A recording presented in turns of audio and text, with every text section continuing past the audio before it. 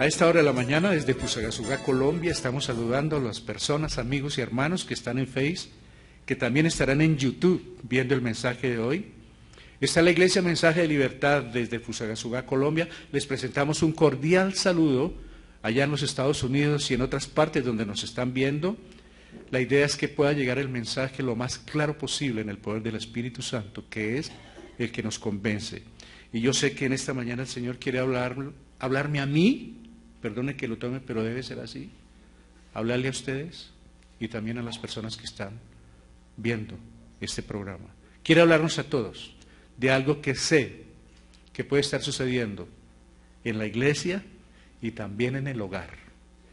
Nuestro apreciado hermano John Cruz ya estuvo leyéndonos Apocalipsis del capítulo 2, 1 al 7. Y les voy a pedir el favor que se ubiquen ahí.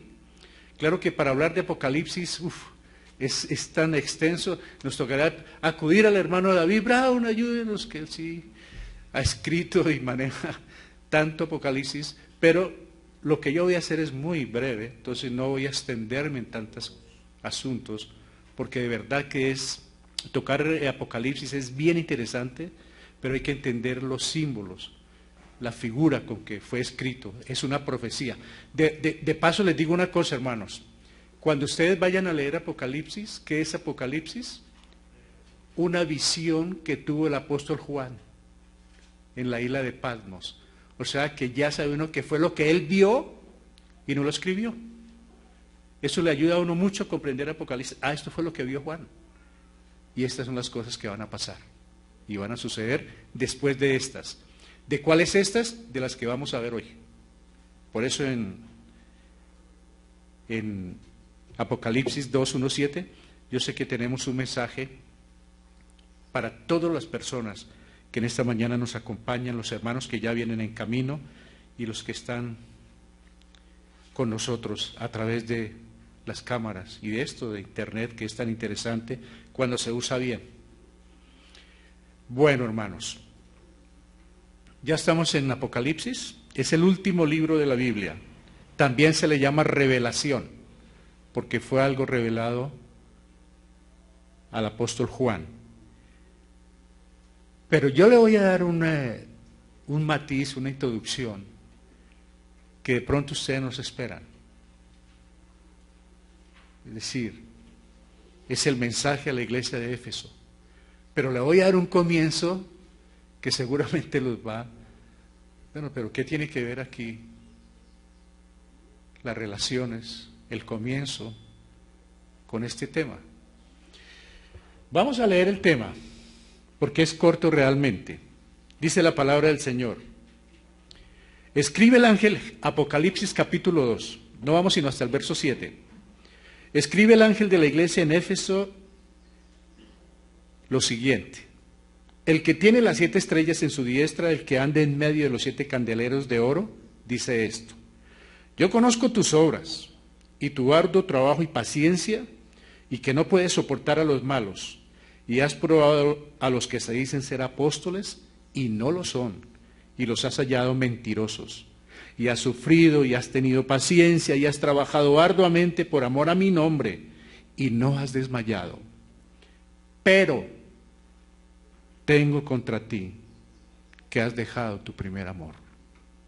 Recuerda, por tanto, de dónde has caído y arrepiéntete y haz las primeras obras, pues si no, vendré pronto a ti y quitaré tu candelero de su lugar si no te hubieres arrepentido. Pero tienes esto, que aborrece las obras de los nicolaitas, las cuales yo también aborrezco. El que tiene oído, oiga lo que el Espíritu dice a las iglesias. Al que venciere le daré a comer del árbol de la vida, el cual está en medio del paraíso de Dios. Algunas Biblias, como la mía, traen letras en rojo, que es que cuando habla Jesús, cuando Cristo está hablando. Y Él es el que está hablando ahí.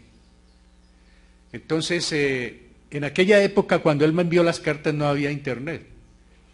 Pero hoy supongamos que nos llegó un mensaje en internet directamente del cielo. Aunque este tema es espiritual, porque es para la iglesia, para crecimiento espiritual, también tiene una aplicación personal. Y las cartas a las 7 iglesias que estaban en Asia fueron escritas desde esa época y están vigentes hasta hoy. Es decir, ¿qué son las 7 iglesias que realmente existían? Pero cada iglesia tenía unas características. Un encomio, el Señor reconocía, el Señor las conocía, pero tenía también una advertencia. Y hasta hoy, cada iglesia es una parte de lo que está pasando en la iglesia desde Pentecostés hasta cuando sea llevado. O sea que estas cartas no fueron para dejarlas allá, arrumadas, no, hasta hoy están vigentes. Váyase usted ubicando, hermano, si algo le dice a su corazón esta carta, porque es para el pastor, pero también para los candeleros, que son las iglesias, pero también las personas. ¿Por qué candeleros? Porque somos luz. Los cristianos somos luz. Y el Señor anda en medio de nosotros. Entonces vamos a ver, hermanos, el mensaje a la iglesia de Éfeso. ¿Por qué lo relaciono con el matrimonio o con el noviazgo? Algunos jóvenes todavía no se han enamorado de los que están aquí, pero algunos ya pasamos. Y la pregunta que surge es esto: ¿qué pasa cuando uno se enamora? ¿Qué siente en el corazón? Póngase a pensar cuando se enamoró de su esposo, de su esposa, de su novio, de su novia. ¿Qué sintió? ¿Cómo dicen las chicas ahora? Hay maripositas en el estómago. Y cuando estábamos de novios, vívalo usted, hermano, el mensaje, hágalo personal hoy. Es para la iglesia, pero también es para mi vida, para mi hogar. ¿Qué pasaba cuando la novia o el novio le ponía una cita a las 10 de la mañana? ¿A qué hora llegaba usted? ¿Tiene que ver algo con la iglesia parecido? Mire cómo cambian las cosas. Cuando le decían que a las 10, llegaba a las 9 y las manitos le sudaban.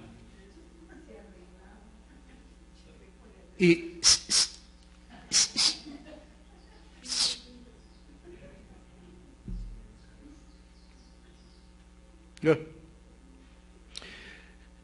no fallaba. ¿Por qué? Porque estaba enamorado. Entonces vaya pensando.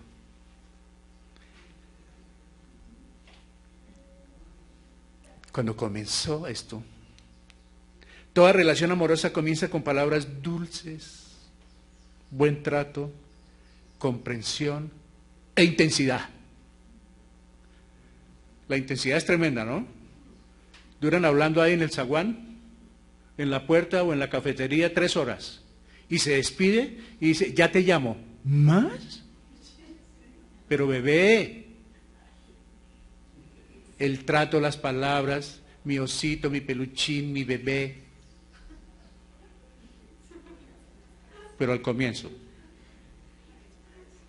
Y si la novia estornuda, ¿tienes gripe? ¿Te resfriaste?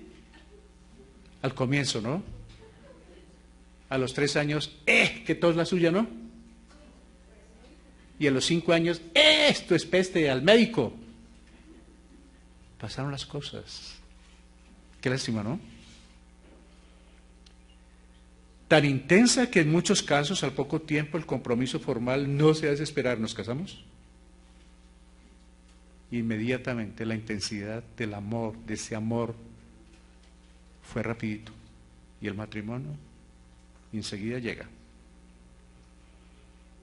Y te cargo en mis brazos. Espero que a los 10 años no vaya a quitar los brazos de ahí. Y en medio de la más grande alegría se toma la más seria decisión de pareja. ¿Cuál es? El matrimonio. ¿Para cuánto? Para toda la vida. Tan bonito pensar así, ¿no?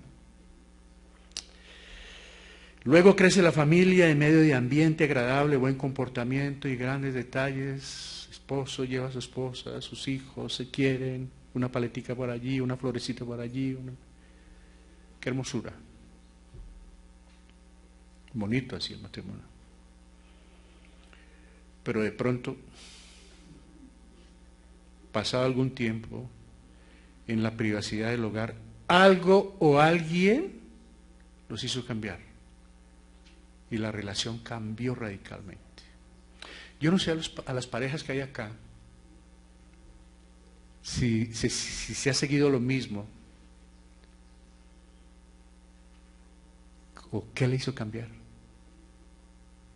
Yo no sé si en la iglesia, hermanos, porque el tema también es para la iglesia, algo pasó. Ya no me gusta leer la Biblia, ya no me gusta orar, casi que no me gusta encontrarme con cristianos. ¿Qué le hizo cambiar? No creo que haya sido Jesucristo, porque Él busca la unidad, el amor, el crecimiento. Y ya se toman decisiones drásticas y terminamos así en algunos casos. Hasta el punto de romper la relación interna, pero dar la impresión ante los demás que todo marcha bien. Y hay en muchos casos muchas parejas que están viviendo que es que por los hijos, es que yo no me separo por mis hijos, qué tristeza, porque tarde o temprano los hijos se van. El asunto de pareja es la pareja. Otros porque me toca darle la mitad. Y por diversas circunstancias las personas viven. Pero, a pesar de los esfuerzos por demostrar lo contrario, no hay amor. Y hay muchas parejas, muchas familias, muchas personas viviendo porque el mundo vea que no me separo, porque no me conviene, por A o C motivos. En muchos casos y de diferentes maneras se trata de aparentar una vida sin problemas, de pronto hasta con buenos modales y demostraciones de afecto que a la postre se hicieron simplemente por quedar bien o dejar un buen recuerdo, pero en el fondo de todo brilló la ausencia de amor sincero. Hay muchas parejas que salen a la calle, se dan besos, se compran detalles, se regalan, pero no hay amor. Fíjense que esta carta, ahora la vamos a ver. Tengo que hacer esta introducción porque me parece muy interesante poder relacionar, y el Señor relacionó en Efesios el matrimonio con la iglesia. Y entre otras cosas, quien escribió esta carta, el apóstol Pablo escribió esta carta a Éfeso, cuando habló del matrimonio. Fue el apóstol Pablo, el mismo que estuvo 3 años en esta iglesia a la que vamos a ver hoy. Es una iglesia que tuvo de los mejores predicadores.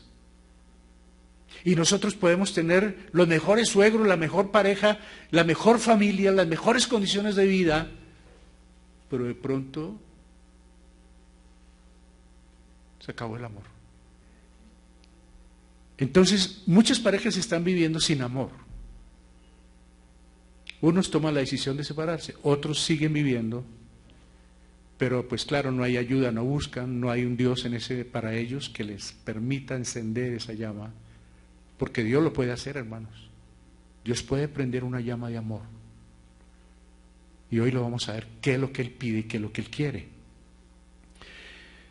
Y terminamos, mire lo que dice 1 Corintios 3:3, hermanos. Y si repartiese todos mis bienes para dar a comer a los pobres, y si entregase mi cuerpo para ser quemado, y no tengo amor, de nada me sirve. Hay detalles que de nada sirven, porque no hay amor.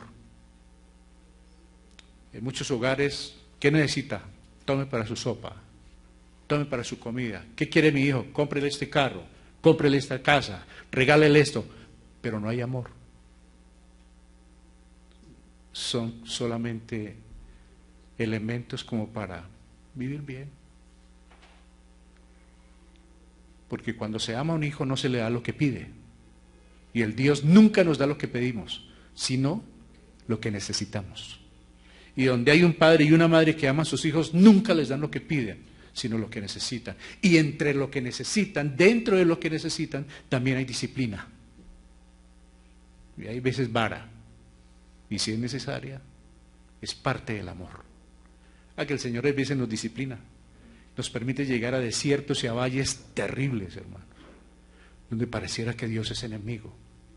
Pero no, en su amor Él está trabajando.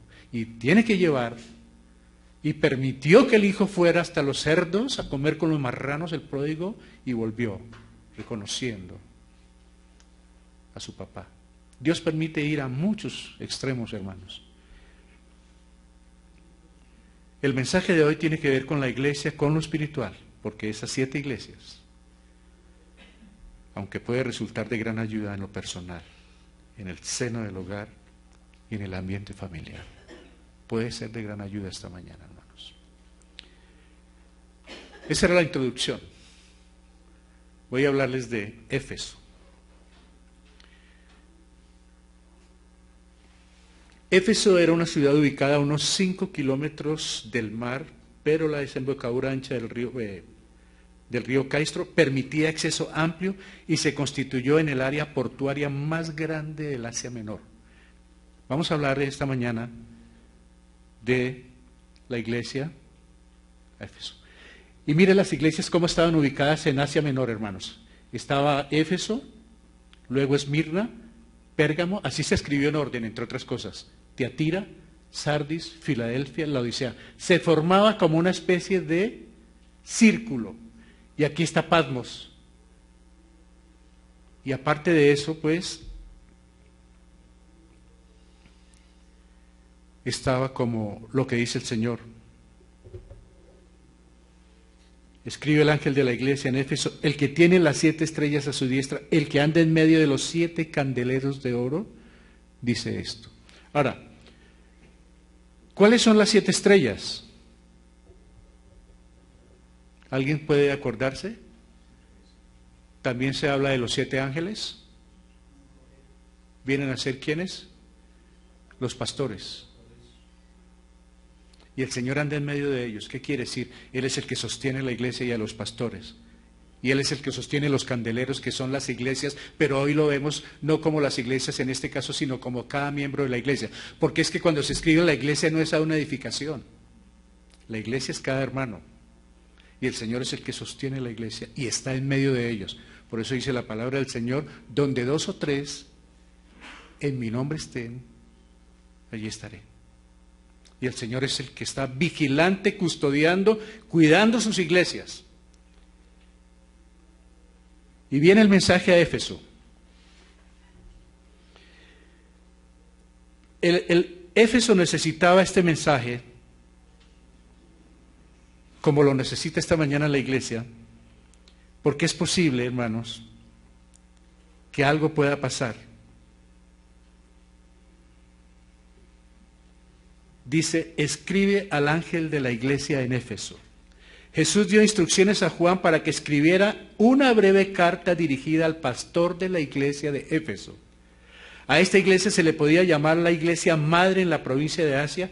Quizás pueden haber sido los primeros creyentes en Éfeso, algunos judíos temerosos de Dios procedentes de esa provincia que regresaban a casa después de su visita a Jerusalén en Pentecostés. Es muy posible que ellos fueron los que participaron de esa iglesia. Pablo y sus colaboradores llegaron para predicar y enseñar las doctrinas de Cristo. En la iglesia primitiva, las personas consideraban que Éfeso era líder en la provincia de Asia, y de ahí que fuera la primera entre las 7 iglesias que recibió una carta. Escribe el ángel de la iglesia, fue la primera que recibió carta. Viene el 2. Yo conozco tus obras y tu arduo trabajo y paciencia, y que no puedes soportar a los malos, y has probado a los que dicen ser apóstoles y no lo son, y los has hallado mentirosos. ¿Qué era la iglesia? ¿Una iglesia trabajadora? Yo conozco tus obras y tu arduo trabajo. O sea que era una iglesia que, muy buena iglesia, hermanos. ¿Se acuerdan la iglesia de Tesalónica? Que el testimonio de Tesalónica alcanzó para otras provincias. porque tenían fe, trabajo, amor y esperanza en Dios. Y es una iglesia, que cualquiera dice, quiero pastorearla. Con este trabajo, quiero ser de esa iglesia. ¿Qué quiere decir yo conozco tus obras? El Señor está pendiente de todo lo que haga la iglesia. O sea que uno no puede hacer lo que quiera, Él está ahí. Y en esta mañana el Señor está mirando. Y el Señor ha estado mirando a esta iglesia, ¿cuál es el trabajo que están haciendo? Y en todas las iglesias en el mundo, donde se predique la palabra de Dios, el Señor está ahí mirando cómo trabajan sus... O sea que el Señor conoce lo que estamos haciendo. Nadie puede decir... Yo parece que nadie viera, parece que es en vano lo que estamos haciendo, parece que estamos perdiendo el tiempo cuando ayudamos en la iglesia, cuando queremos que la iglesia crezca, pero si hay una cosa, el Señor la está mirando. Él está mirando su trabajo, hermanos. Él tiene un conocimiento minucioso de todo lo que hacen porque nada se escapa de su atención. Alaba a los efesios como resulta patente por los 3 sustantivos: obra, trabajo y paciencia. Era una iglesia de obras, de trabajo y de paciencia. ¿De paciencia por qué? Porque no es fácil estar en la iglesia, hermanos. Cuando el mundo tiene tantos atractivos, cuando es atacada, cuando vienen las ofensas, cuando vienen muchas cosas, y hay gente que no aguanta y saca rápido, se sale. No aguanta. Por eso el Señor está alabando a los que han aguantado. ¿Qué es paciente resistencia? Es una cualidad interna que se expresa en la espera de Jesús, en cuya ausencia el creyente da testimonio de Él en forma perseverante hasta el punto de sufrir la muerte a causa de la persecución. Hay que esperar en el Señor, pase lo que pase. Y cuando uno se afianza en la palabra del Señor, no importa lo que pase, yo sigo esperando en Él. Ahí es cuando muchos se desaniman. Sobre todo cuando llegan a iglesias donde les predican la prosperidad, donde les ofrecen milagros y sanidades, y pasa el tiempo y nada, y nada, y nada. ¿Qué hace la persona? Aquí no es. Pero donde se predica la palabra, es una bendición poder contar con los hermanos que aguanten, que soporten, porque no es fácil. Viene el tercer verso. Y has sufrido, y has tenido paciencia, otra vez dice paciencia, y has trabajado arduamente por amor a mi nombre, y no ha desmayado. Todo lo que hacía Éfeso para la gloria de Dios. O sea, que era una iglesia, hermanos, maravillosa. Es una iglesia increíble, no sé qué pueda pasar, pero hasta ahí es una iglesia que muy bueno pertenecer a una iglesia así, hermanos. ¿Hay trabajo aquí arduo? ¿Hay paciencia? ¿Hemos sufrido aquí como iglesia? Muy poco. Tal vez la misma gracia nos ha llevado a ¿qué? Como a dormirnos sobre los laureles, porque hay tanta gracia. ¿Sabe por qué trabajaban también muchos de ellos? Por la persecución, como la de Tesalónica. Dice que recibieron la palabra en medio de gran tribulación y se convirtieron de una de los ídolos al Dios vivo. Acá en Éfeso Pablo en Éfeso duró 3 años, en Éfeso, perdón. En Tesalónica apenas 1 mes. Y en 1 mes sacó una de las iglesias para mostrar el Evangelio, hermanos. En 1 mes, una iglesia de testimonio. Fueron 3 días de reposo. Y en 3 días de reposo tuvo una iglesia para mostrarle a los demás lo que es el Evangelio. Entonces, has sufrido, dice la palabra del Señor. Jesús alabó a la iglesia de Éfeso por sus obras, duro trabajo, perseverancia, poner a prueba la falsa doctrina y llamar mentirosos a los maestros intrusos. Ahora sintetiza la posición de los efesios alabándoles por su perseverancia en soportar dificultades por su nombre. Estas palabras deberían interpretarse como una referencia a la acción disciplinaria que la iglesia tomó con referencia a los intrusos. Les prohibieron entrar en la iglesia y con ello dieron un ejemplo a las otras iglesias para que se comportaran igual. ¿Qué fue lo que pasó, hermanos? Dice en el 2, yo conozco tus obras y tu arduo trabajo y paciencia y que no puedes soportar a los malos y has probado a los que dicen ser apóstoles y no lo son y los ha hallado mentirosos. ¿Cómo hace uno para probar cuando hay un predicador falso.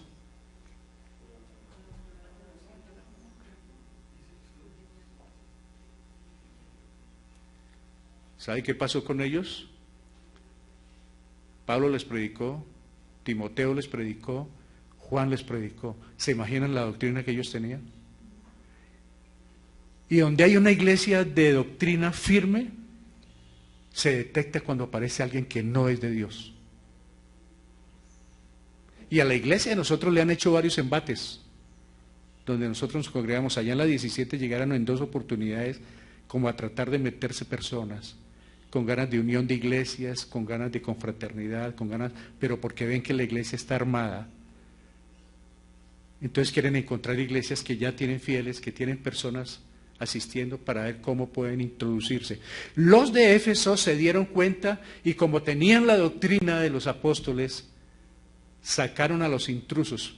Y desde esa época han querido aparecer apóstoles, porque déjeme decirle una cosa, apóstoles ya no hay. El último de los apóstoles que quedaba vivo estaba en Patmos, Juan. Hoy en día cualquiera quiere ser apóstol. Creo que aquí inclusive en nuestro pueblo hay apóstoles. Y hace poco me encontré con un amigo con que trabajamos en la radio hace años y le dije, ¿qué más de su papá? Y me dijo, no, él está de apóstol en Ibagué. ¿No? O sea, tuve el privilegio de hablar con el hijo de un apóstol. Ya no hay apóstoles, hermanos. Pablo le dice a los de la iglesia, a sus líderes, procura presentarte a Dios aprobado como obrero, como el que usa la bota, el casco, el overol, sin títulos. Quiero que te presentes delante de mí como obrero, que maneja bien la palabra de verdad. De manera que Él no nos dejó grandes títulos. Entonces, esta iglesia, cuando alguien le predicaba, que llegaba algún intruso, alguna persona, tan pronto sentían ya nomás la presencia, como el Espíritu Santo estaba ahí en su plenitud. Cuando habla de 7 espíritus, quiere decir la plenitud, el número perfecto. La iglesia tenía el Espíritu Santo, lo detectaban rápido. Por eso nosotros debemos leer la Biblia, hermanos, estudiar la Biblia, para cuando aparezca alguien que nos quiera hablar, nosotros tenemos para decirle, ¿está en lo cierto o es un intruso que no tiene por qué entrar ni a mi iglesia ni a mi vida con palabra diferente? Seguimos. ¿Qué era Éfeso? ¿Por qué ellos, el Señor los alaba? Porque Éfeso tenía, hermanos, era un semillero de toda religión falsa. El templo de Diana, una de las 7 maravillas del mundo antiguo, era muy importante. La adoración a Diana era inmoralidad religiosa en su peor expresión. En medio de toda esa idolatría que había, cuando ustedes quieran comprender más sobre esto, lean Hechos capítulos 18, 19, 20 y 21, donde está todo lo que pasó con Pablo, el alboroto que hicieron, el escándalo que hubo cuando empezaron ellos a hablar de la doctrina de Cristo. Entonces estaba en contra de todas sus idólatras, y se acuerda lo que vendían los templecillos de Diana o a Diana. Entonces ellos dijeron, nos vienen a quitar nuestra diosa, nos vienen a dañar nuestras creencias, los cristianos, y se formó un alboroto tan grande que les tocó sacar a Pablo rápido de ahí, porque hubiera corrido peligro su vida, porque tocó. Y es que hay cosa tremenda cuando se le toca la idolatría a las personas. Cuando le llega esa parte al corazón, ahí es cuando viene como la resistencia hacia la palabra de Dios. Entonces ellos, este era un templo impresionante, tenía más de 120 columnas, hermanos, y esas columnas eran de 20 metros de alto. El templo tenía más de 1 cuadra de largo, hermanos, 120 metros y aproximadamente 40 de ancho. Por dentro había coliseo, había hasta banco. Era impresionante este monumento para ellos. Y por los lados habían burdeles que tenían imágenes de la diosa Diana, la diosa de la fertilidad. Por supuesto que era pavoroso lo que sucedía en Éfeso. Y ellos estaban arraigados en la palabra. Entonces imagínense perseverar en medio de todo ese mundo de idolatría, en esos atractivos que ofrece el mundo, y en todas las sátiras, las pullas y todo lo que les decían. Y el Señor les dice, yo conozco tus obras, no has bajado la guardia, has sido valiente, iglesia, no te has entregado, no te has rendido, por eso te alabo, porque tienes muchos puntos a tu favor. Entre otras cosas, es la iglesia, la de Éfeso, la que más tiene puntos a su favor, porque las otras fueron menos. Esmirna, la Odisea. Eso era Éfeso, una ciudad de aproximadamente 600,000 personas. Era un puente marítimo importantísimo, el comercio era increíble. Entonces, en un mundo así, hermanos, en medio de tanto jolgorio, en medio de bonanza económica, en medio de tantas oportunidades, mantenerse como cristiano no era fácil, y menos por persecución.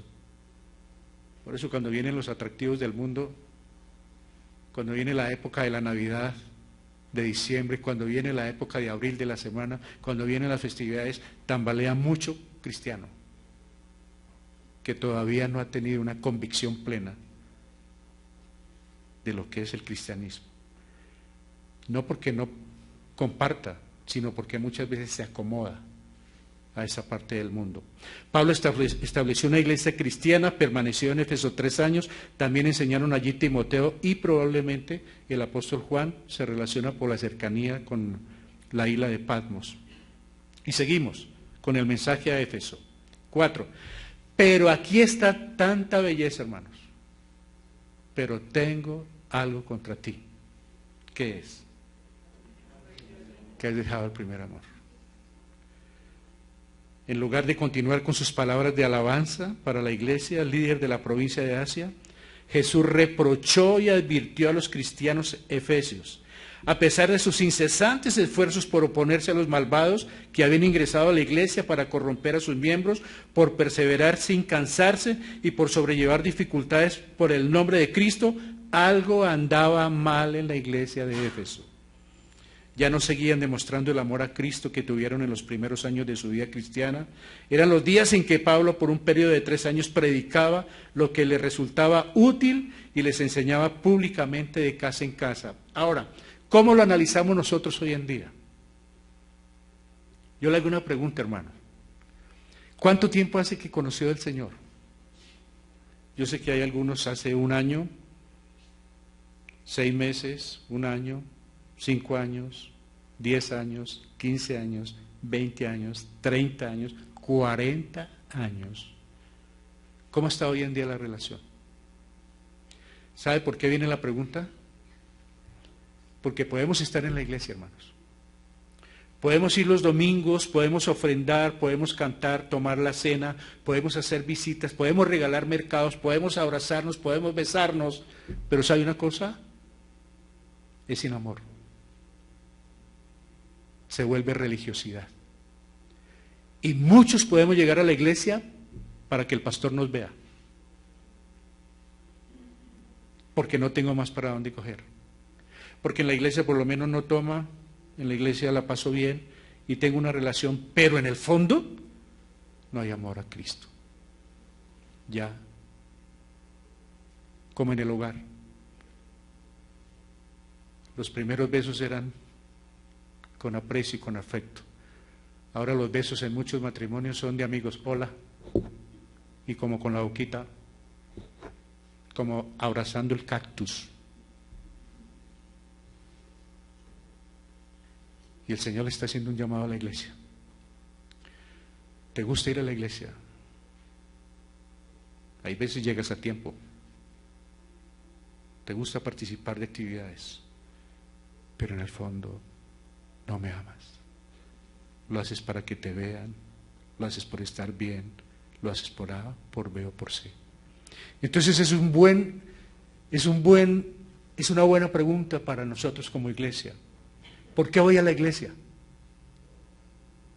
Porque me gusta compartir con los hermanos, porque quiero tener comunión con Dios, porque quiero aprender de la palabra, porque quiero crecer espiritualmente, porque anhelo que otros también puedan llegar, porque anhelo que mi familia un día conozca de Dios, o simplemente porque es domingo, o porque es miércoles. Le pasó eso a Éfeso. Qué iglesia tan impresionante de doctrina, hermanos, con los mejores predicadores. Y nosotros acá en la iglesia, ustedes han podido analizar que la doctrina ha sido bíblica. Y de los predicadores que aquí han estado, han enseñado la Biblia y seguirán enseñando la Biblia. Pero es muy posible que el candelero, la llama, se le esté apagando. Se acabó el amor. Se volvió rutina, como el matrimonio, como ciertas amistades. Se volvieron como por no dejar. Y es bueno la pregunta que el Señor nos hace esta mañana. ¿Qué lugar estoy ocupando en tu vida? Dice Jesucristo. Tú vas a la iglesia, te preparas bien, te vistes, te arreglas. Pero ¿qué lugar ocupo yo en tu vida? ¿Estoy en el primer lugar? Porque acuérdese que cuando va a terminar los primeros capítulos, el Señor dice, he aquí yo estoy a la puerta y llamo. ¿Sabe qué hizo la iglesia? Lo sacó. Le dieron prioridad al segundo piso, a la camioneta del pastor, a la moda, a la organeta, a la batería, al conjunto, le dieron importancia, inclusive a la política, desgraciadamente. Después de los capítulos que siguen, viene ya lo peor para la humanidad que no creyó. Pero a la humanidad que está creyendo, el Señor la está sacudiendo. ¿Lo estás haciendo por mí o porque te vean allá en la iglesia? ¿Por qué estás asistiendo? ¿Para qué ofrendaste? ¿Para que yo te multiplique? ¿Para qué oras? ¿Para que yo te responda a tus beneficios? ¿O porque me amas? Es una buena pregunta. Y ahí está. Usted la puede coger, cójala para usted en Apocalipsis. Entonces dice, pero tengo contra ti que has dejado tu primer amor. En lugar de continuar entonces alabándole, viene el reproche. El Señor no quiere que nosotros seamos asistentes a la iglesia nominales. Porque es bueno estar en la iglesia, no. ¿Sabe qué quiere? Que estemos en la iglesia porque somos de su cuerpo, somos parte suya, porque Él nos ama y nosotros le amamos. ¿Alguien tiene Jeremías 2:2, por favor? Que me ayude y lo puede leer duro desde allá, hermanos. Anda y clama a los oídos de Jerusalén diciendo, así dice Jehová, me he acordado de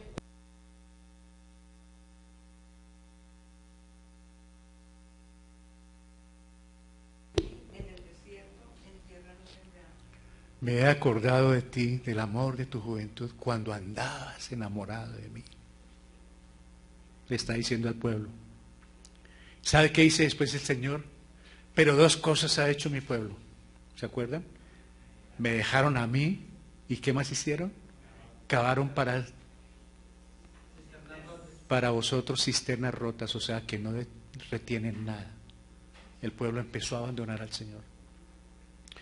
Y es muy posible, por eso les digo, hermano, que uno termine siendo religioso. Es muy posible que uno termine esperando solo beneficios de Dios, pero que uno no quiera rendirse a Dios como Él quiere. Y el Señor está diciendo esta mañana, ¿qué pasó contigo? Venías caminando bien. ¿Qué te entretuvo por el camino? ¿El hijo que le nació? ¿La mujer que consiguió o el hombre? ¿El nuevo empleo que consiguió y que yo te permití tenerlo? ¿Esa casa o ese carro que compras? ¿Eso te sacaron el camino que me dejaste? Porque déjeme decirle una cosa, hermanos. Todo lo que tenemos es de Dios. Y todo lo que tenemos es porque Él nos lo permite. Nadie puede decir, esto es mío, yo. Porque en cualquier momento el Señor le dice, es mío. Y dice la palabra, todo lo que hay bajo el cielo es mío. Entonces el Señor está preguntándome, ¿qué te distrajo? Porque te volviste religioso. Ahora, no es por toda la iglesia. Hay personas fieles, pero hay personas que se les vuelve rutina. Como que voy a ver qué pasa. Entonces dice él, pero tengo contra ti que has dejado el primer amor. Y ahora nos va a decir, recuerda, mire lo que dice el Señor. Recuerda, por tanto, de dónde has caído y arrepiéntete y haz las primeras obras. Porque si no voy a venir a ti pronto y quitaré tu candelero de su lugar si no te hubieres arrepentido. Ahora, aquí nos está diciendo el Señor, te voy a condenar y te voy a echar al infierno y te voy a quitar la salvación. No es eso lo que está diciendo el Señor. Pero ¿qué es quitar ese candelero? El primero que todo trae un mandato. El Señor no solo señala su deficiencia, también les muestra cómo corregirla. Y este es el amor de Dios, hermano. El poder de otro dice, ustedes me abandonaron a mí, fuera. Sale. Como el que le comete a uno un error, ¿no? De una vez lo saca del llavero y sale de mi WhatsApp. Ya no lo llevo más en Face. ¿Sabe que el amor de Dios es grande? A pesar de lo que está pasando, a pesar de que Él ve que se están haciendo cosas, pero que no es por amor a Él, Él todavía tiene misericordia, porque es grande su amor. ¿Y sabe lo que está diciendo? Ven, yo sé cuál es tu problema. Es que me has abandonado. ¿Sabes qué te digo? Arrepiéntete. O sea, cambia. Da la vuelta. Porque me abandonaste, ahora gira y sigue conmigo como venías cuando compraste esa Biblia, ¿te acuerdas? ¿Usted se acuerda, hermano, cuando compró su primera Biblia? ¿O cuando le regalaron la primera Biblia? ¿O recién que se convirtió? Uno como que por dentro había algo especial, algo hermoso, ¿no? Oí el Evangelio, me gustó el Evangelio, fue muy bonito y cantamos en la iglesia, íbamos a predicar allí, salimos allí y nos invitaban a aquella casa, era tan hermoso, fue tan bonito. ¿Qué pasó? Porque, ¿qué cambió? Porque déjeme decirle algo, Cristo no tiene la culpa, ni Dios tiene la culpa. Es qué pasó, yo tengo que descubrir qué me sacó del camino cuando yo venía bien. Y entonces el Señor me da ese mandato y el Señor está diciendo, después de criticar en forma negativa su situación espiritual, manda de manera positiva que la restauren. Deben recordar sin cesar su antigua posición, pasando revista a su propia historia eclesiástica y recordando lo que sus antepasados habían hecho en la iglesia 40 años antes. Ya les explico. Y al recordar su historia, deben reconocer que han empeorado, se han evaporado el esplendor, o se ha evaporado el esplendor de su ardor espiritual. ¿Qué pasó? Que ya esta era otra generación. Cuando Pablo predicó, cuando esta carta llegó, ya habían pasado 40 años. O sea que ya una nueva generación. Entonces él está diciendo, vuelve a recordar lo que los otros hicieron. Vuelve por el tiempo que de atrás. Mire que el Señor no está pidiendo nuevas obras. Mire lo que dice, recuerda por tanto de dónde has caído y arrepiéntese y haz las primeras obras. Él no está diciendo, haz algo nuevo. No. ¿Qué es lo que está diciendo el Señor? Como un recomenzar. Vuelve otra vez. ¿De dónde has caído? ¿Qué quiere decir, hermanos? ¿No? ¿De dónde has caído? ¿Qué quiere decir? Yo te salvé, yo te llevé a la iglesia, andabas en bendición conmigo, eras gozoso, invitabas a otro, compartías a otro, regalabas tratados. En tu casa hacías reuniones, sin importar lo que costara el tinto o el refresco, pero tú las hacías. Desde ahí te caíste. Ahora me dejaste. Lo haces, pero ya sin mí. Lo estás haciendo a tu manera y en la carne. Y yo no te lo voy a aceptar. ¿Sabes? Porque soy un Dios celoso. Y no permito que nadie más llene el espacio que yo tenía en tu corazón. Claro. Él no quiere eso. Entonces dice, arrepiéntete. ¿Qué es arrepentirse, hermanos? De pronto no tenemos claro qué es arrepentirse. Cambiar de actitud. Renunciar a lo que no debo hacer. Girar y seguir por el camino en que venía. Porque una cosa es remordimiento y otra cosa arrepentimiento. Entonces yo puedo decir, sí, estoy muy arrepentido por lo que pasó ayer, pero eso no es el arrepentimiento con Dios. El arrepentimiento con Dios, con Jesucristo, con el Espíritu Santo es un giro. De donde yo venía, ahora va a ser así. Ya no puedo seguir por el mismo camino. Ahora dice el Señor,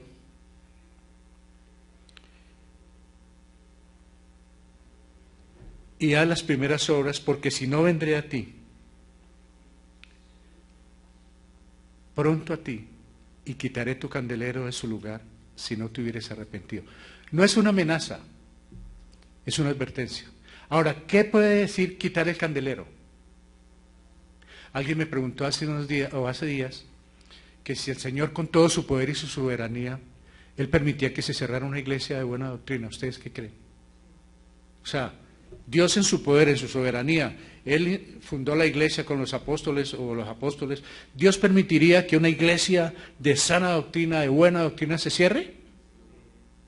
¿Ustedes qué creen?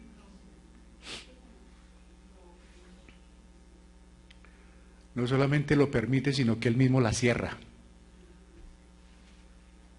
Porque dejó de brillar. Dejó de ser testimonio. Dejó de ser luz. Me abandonaron a mí. Siguieron con otras obras y obras y obras.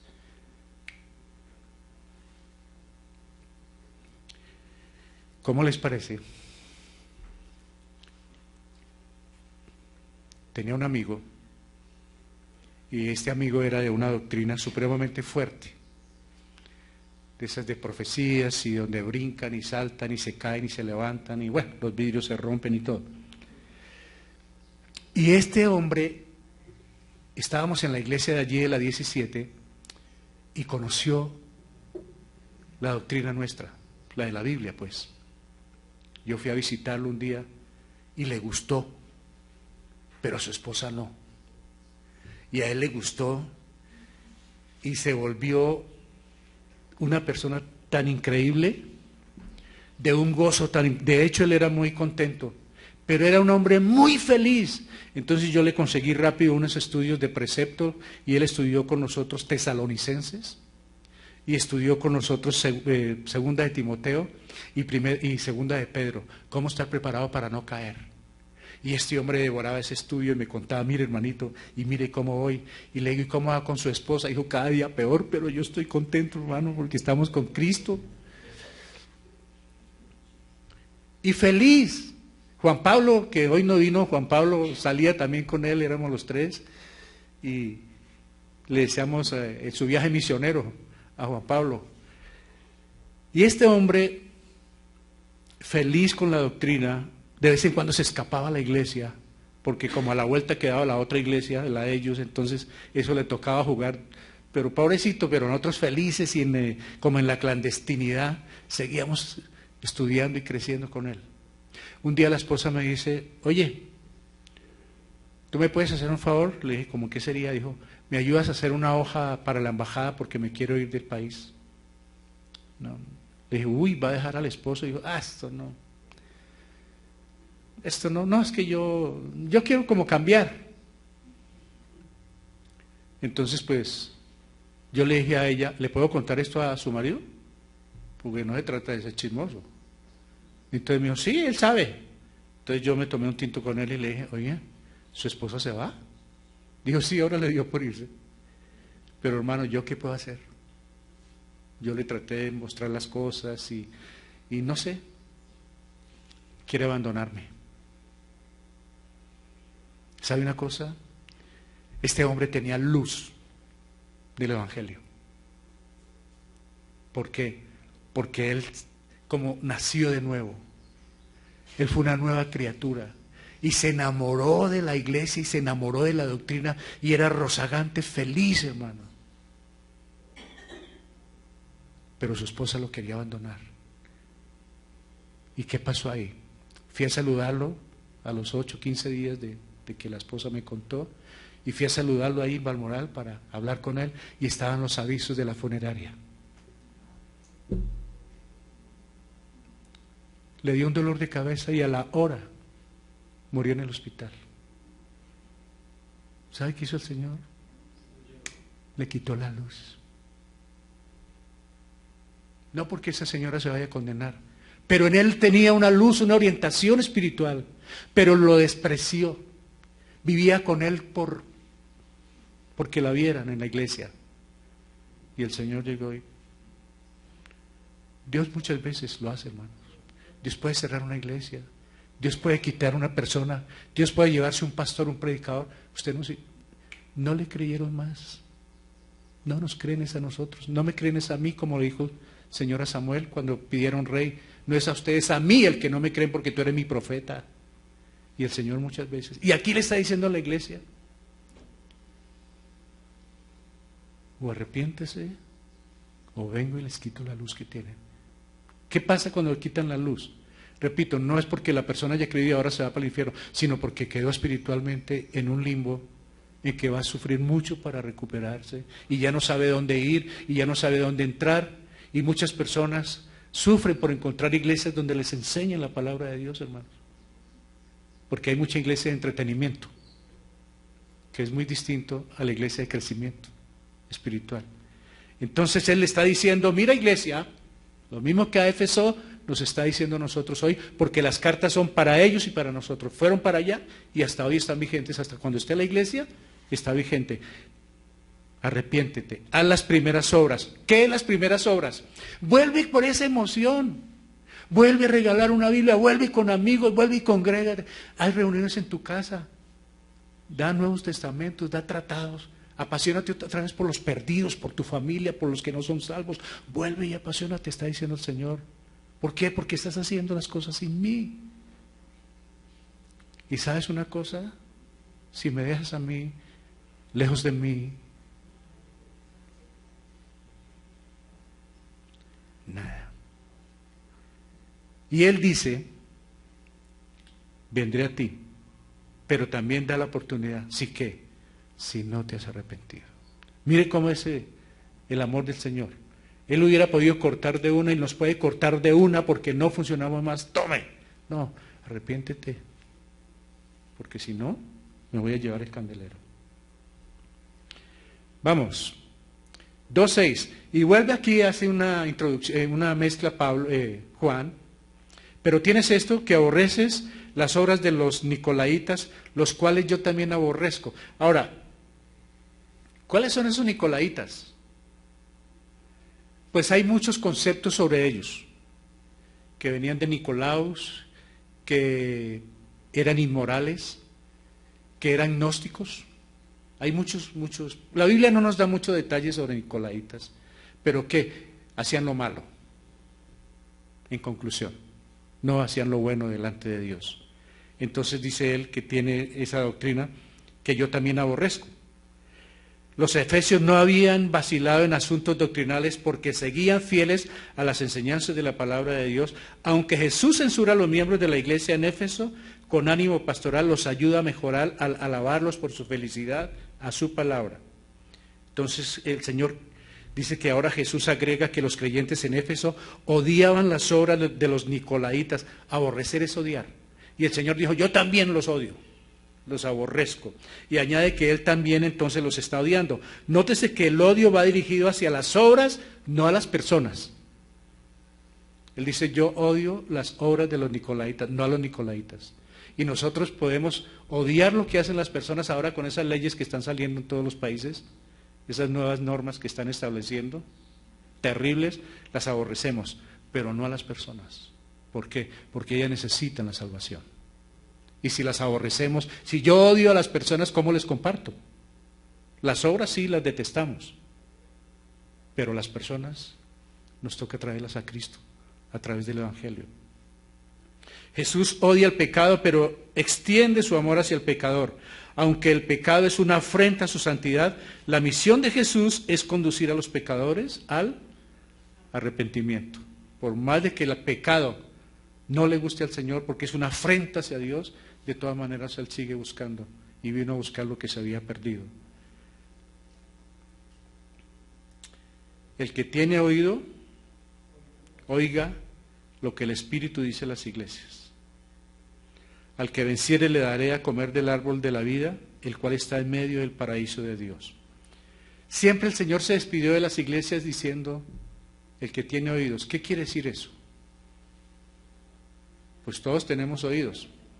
Bueno, es posible que tengamos orejas, pero no tenemos oídos, o sea, sentidos puestos a las cosas de Dios. Cuando dice el que tenga oídos, es los sentidos. Oído, sentidos a lo que le voy a decir, lo que el Espíritu está diciendo. Y en esta mañana también el Espíritu Santo puede estar tocando nuestros corazones, o a usted que nos está viendo, puede estar tocando el corazón. ¿Qué pasó con el primer amor? No esté en la iglesia por rutina. está en la iglesia por amor a Dios, pero también a los hermanos.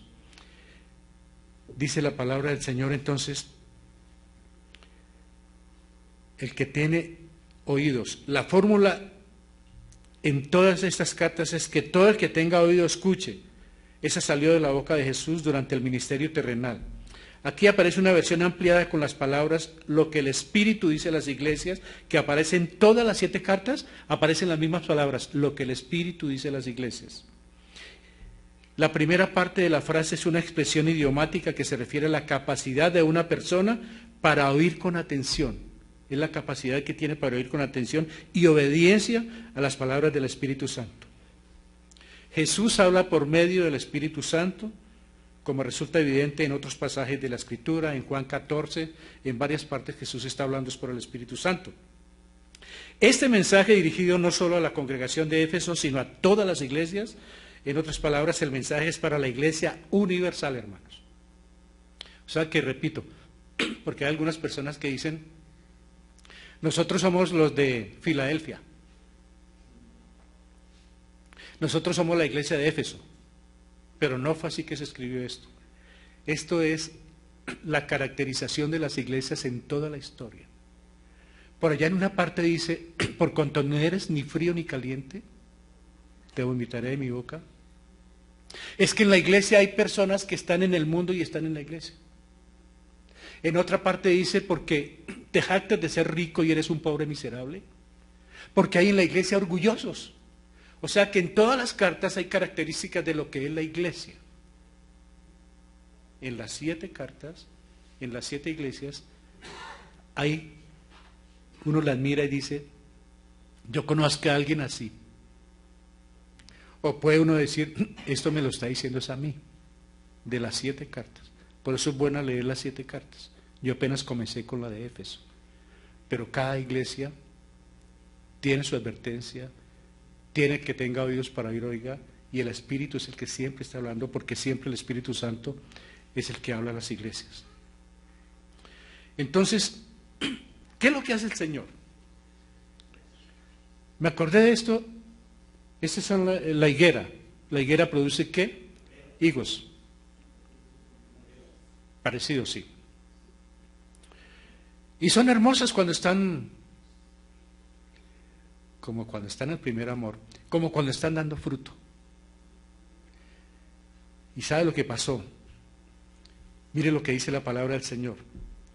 Mateo 21:19, y viendo una higuera cerca del camino, vino a ella y no halló nada en ella, sino hojas solamente.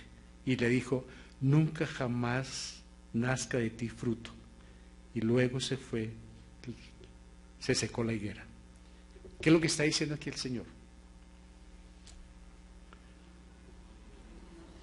¿Qué simboliza la higuera? El pueblo de Israel. El Señor vino a mirar cómo estaba el fruto de su pueblo, porque fue una nación escogida para llevar su nombre ante el mundo, hermano, el pueblo de Israel. ¿Y sabe que vino y no halló nada? ¿Y sabe lo que hizo? La maldijo, no produzca nunca nada. ¿Y sabe ahora a quién le toca este trabajo? A la iglesia.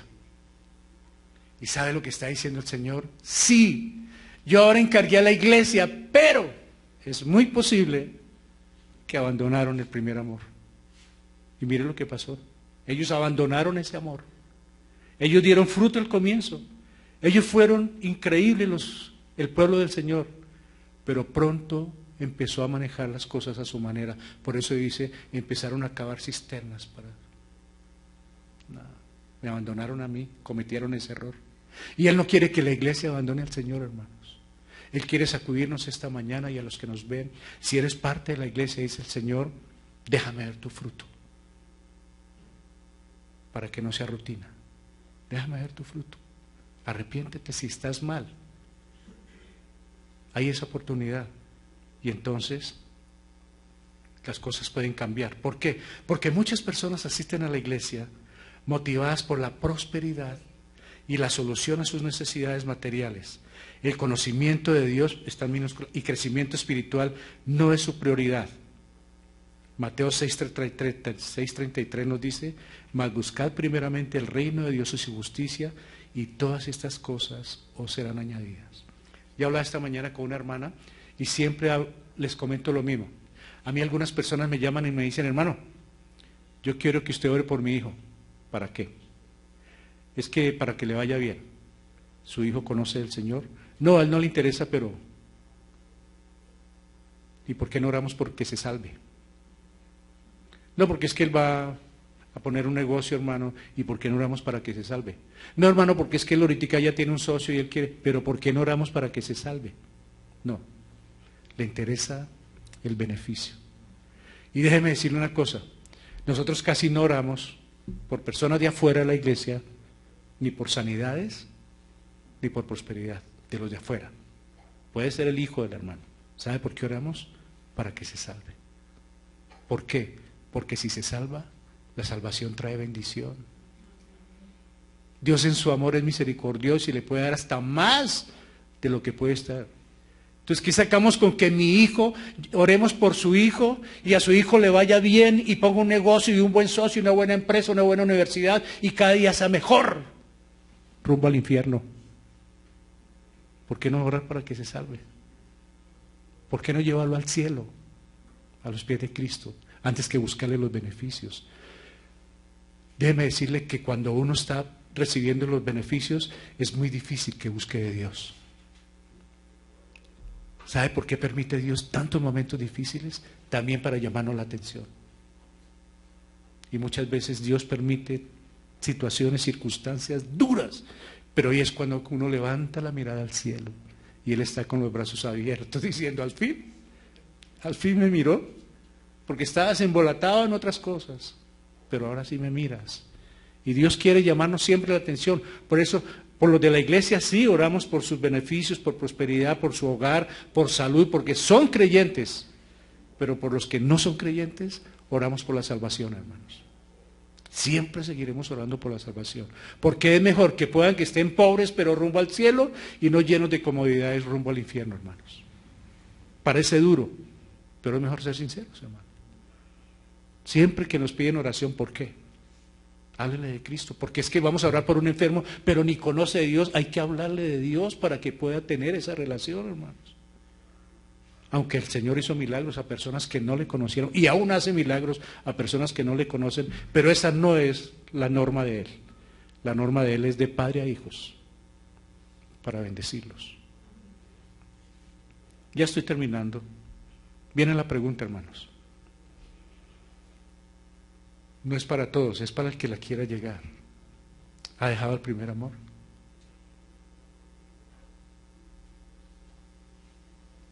¿Por qué vengo a la iglesia? ¿Por qué me gustan las reuniones? Es porque amo al Señor. Porque la prioridad es esa. Es por amor a Él, hermanos. Y si uno ama al Señor, ama a los hermanos. Ama a la iglesia, ama la reunión. Amo llegar a tiempo, hermanos. Déjame decirle, hasta amo llegar a tiempo, porque estoy enamorado del Señor. Como cuando me ponían la cita de amor. Llegaba antes, hermanos. ¿Cuál fue el motivo? Si alguien dejó el primer amor, ¿qué le distrajo, hermano? Porque no fue el Señor. ¿Qué le distrajo? Y aquí viene la parte final, hermanos, que me parece que esta debió ser el comienzo de los puntos, pero lo dejé para terminar, para poder reflexionar después de todo lo que vimos. Mire lo que Dios nos presenta. Primero el diagnóstico. Uno va al médico. A propósito, tengo que ir al médico. Entonces yo fui al médico. ¿Qué tiene ahí? Listo. Tiene esto. Me dio un diagnóstico. Para eso va uno del médico. Y el médico me dice, aquí está el remedio. Y si son inyecciones, usted puede que tuerza las ampolletas y la cara, pero son. Entonces, mire lo que hace el Señor. Dio el diagnóstico de la iglesia. ¿Cuál es el diagnóstico? Muy bien. Viene el remedio. Y mire lo que hace el Señor. Hace una advertencia. Y el médico le dice a uno, bueno, yo le voy a dar esta medicina, pero ¿se la toma? Porque usted sabe lo que pasa con muchos de nosotros, ¿no? Nos dan unas 20 ampolletas y unas 40 tabletas y me tomo 10 y me siento bien. Le gané al médico. Y no sabe el mal que me estoy haciendo. Y si no, mira ya en los archivos de su casa, en el cuarto San Alejo, si no tiene medicina guardada. Bueno, entonces él hace una advertencia. Viene el diagnóstico, el remedio y la advertencia. Pero también viene la promesa. Al que venciere, ¿qué? Vida eterna. Y podrá tener el árbol, no los árboles dos de los que hubo cuando Adán y Eva, sino uno solo. Por ahí disfrutar del árbol de vida eterna conmigo. ¿Cuál es el diagnóstico? Me has dejado. ¿Cuál es el remedio? Arrepiéntete. ¿Cuál es la advertencia? O si no te quito el candelero. ¿Cuál es la promesa? Para el vencedor, pasará la eternidad conmigo. ¿Lo cree? Claro. Yo sé que muchos hemos fallado. Yo sé que no podemos decir, no, pero tampoco, o sea, yo no he olvidado a Dios. No es que no lo he olvidado. Pero es igual a tener mujer. No, yo no me olvido de esa mujer nunca, pero no la quiere. Es exactamente igual. Uno puede que no se olvide de cierta persona, pero no me interesa. Dios no quiere eso, Dios quiere es que nosotros seamos sus hijos y que le tengamos a Él siempre en el primer lugar. Dice, al que venciere le daré de comer del árbol de la vida, al cual está en medio del paraíso de Dios. Resulta que en el paraíso antiguo, ¿se acuerdan del de Adán y Eva? Allá nadie pudo volver a entrar. Por eso puso un ángel ahí con una espada, y aquí no entra nadie. Pero ahora, con Cristo, volvimos a entrar. Y todo el que se arrepiente, y todo el que hace fidelidad a Dios, y todo el que acepta la obra de Jesucristo, va a terminar con Él en el paraíso de Dios, donde hay un solo árbol, el árbol de vida eterna. Esta frase es una palabra clave, es la expresión del que triunfa, que en griego está en participio presente, el que está triunfando, o sea, quiere decir que todos los días debemos ser triunfadores. Ese es el imperativo en griego. Que todos los días yo debo ser triunfador. ¿Por qué? Porque todos los días voy a tener riesgos. Todos los días voy a tener desánimo. Todos los días voy a tener influencia del mundo. Algún día me van a lanzar piropos que no son de doctrina buena. Y entonces yo tengo que rechazarla. Yo tengo que apartarme de lo que no es bueno para con Dios. Todos los días voy a ser tentado, hermano. Hermana, todos los días vamos a ser tentados, pero al que venciere, o sea, va a tener muchos privilegios, va a tener mucho goce el resto de la vida, hermanos. El conflicto y las pruebas de la vida presente en el mundo y en las iglesias no son definitivos. El triunfo previsto de la iglesia tiene su fundamento en la victoria alcanzada ya por Jesús. Cristo ganó en la cruz la batalla. Pero hay una cosa, hermanos, el Señor ganó la batalla, ¿se acuerda que Él pisoteó, espichó la cabeza de Satanás? Pero no lo mató, no lo dejó vivo. Por eso la necesidad de Efesios, la armadura de Dios, todos los días, porque vamos a ser atacados, porque anda como león rugiente, buscando a quien devorar. No solo los mártires, sino todos los creyentes están involucrados personalmente en esta guerra contra Satanás y sus huestes. Por tanto, todo seguidor de Cristo recibe la promesa de vida eterna y todas las otras promesas que hizo Él para el creyente. Dios tiene grandes promesas para nosotros, pero Él quiere vernos que le estamos amando y que estamos caminando como Él siempre ha querido, hermanos. Al que triunfe, ¿no? Dice la palabra del Señor, al que triunfe. O sea que debemos ser, ¿qué? Triunfadores en Cristo. Voy a terminar diciendo esto, hermanos. No sé si aquí hay alguna persona que no conozca de Cristo. Voy a hablarles brevemente del plan de salvación. Si hay aquí alguna persona que no ha tenido una relación con Cristo, Cristo, este mensaje también es para usted. Cristo viene por esa iglesia. Y usted puede ser parte de la iglesia. ¿Cómo? Aceptando la obra de Jesucristo en la cruz. Amigo y amiga, si nos está viendo y no ha tenido una relación con Cristo, la salvación no es por entrar a una iglesia y levantar la mano y hacer una oración de fe. No es así. La Biblia no tiene ninguna oración de fe para ser salvo. Ninguna repetición de una oración lo va a salvar. ¿Qué es lo que nos salva a nosotros, hermanos?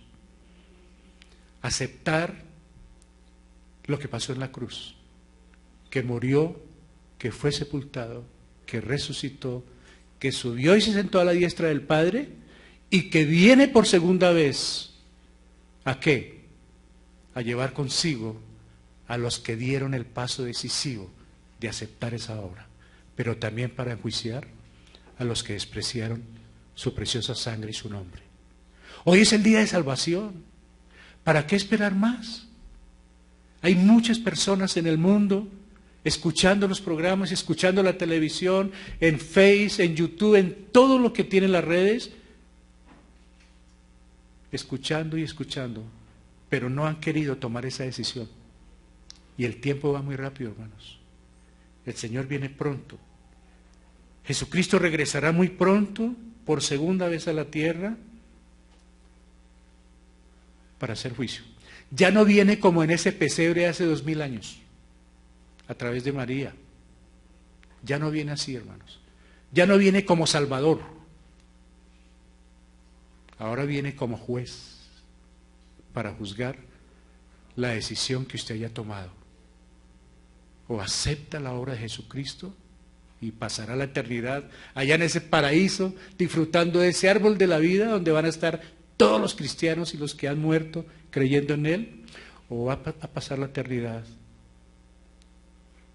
en llama de fuego por haber rechazado el nombre de Jesucristo. Es completamente gratis. No hay que pagar nada en ninguna iglesia, no hay que dar ningún sobre marcado con precio ni con su nombre, porque dice el Señor que tu mano izquierda no sepa lo que hace la derecha. No es por pagar, es completamente gratis que ofrece la salvación. No luche solo, venga Cristo y salvo será. Vamos a orar. Padre, gracias por esta mañana. Señor, es muy posible que